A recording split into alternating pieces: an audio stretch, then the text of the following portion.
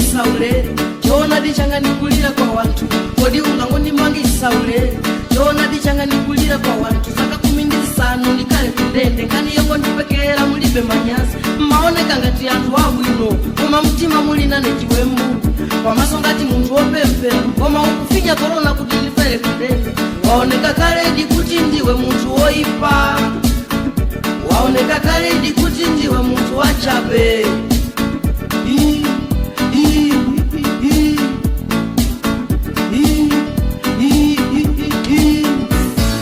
ananga muli kwani tiri kuno ipeta saukabe ananga muli ku tiri kuno ipeta saukabe tingokala kuma ngati mbala mesonyowa zovala sotiribe tingoenda chino tikudya kamosi pasiku kodi tinakwidwa tipoti zinaloti kundendero pipirisa zona zake kuno kumanda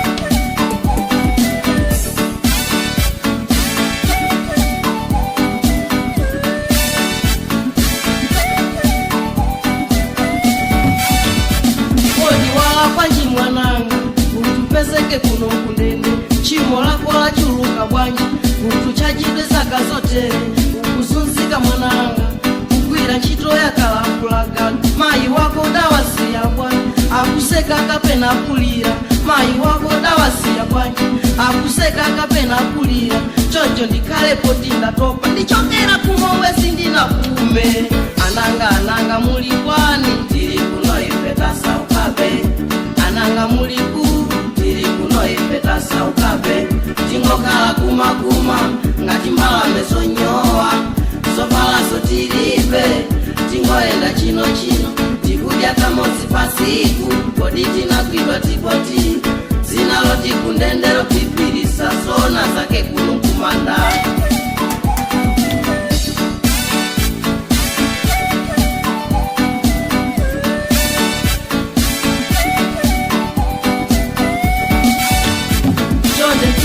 ni mwananga chere yake ndikagwire ndine mwana wanga nikamukonda wapita dilero akumanga komanga tinalika mpeni mwaita komanga tililiboza mwasipala mwansambi kwa mulungu sono nditani poti mwana wanga mbili yake yonse yada ndamusakasaka ndalepera mbili yanipesa yochali kundende ananga muli kwani tiri kuchichirita saukabe ananga muli ku tiri kumaula tasaukabe tingokala kuma ngati mbala mesonyowa zovala sotiribe tingoenda chino tikudya kamosi pasiku kodi tinakwidwa tipoti zinaloti kundendero pipirisa zona zake kuno kumanda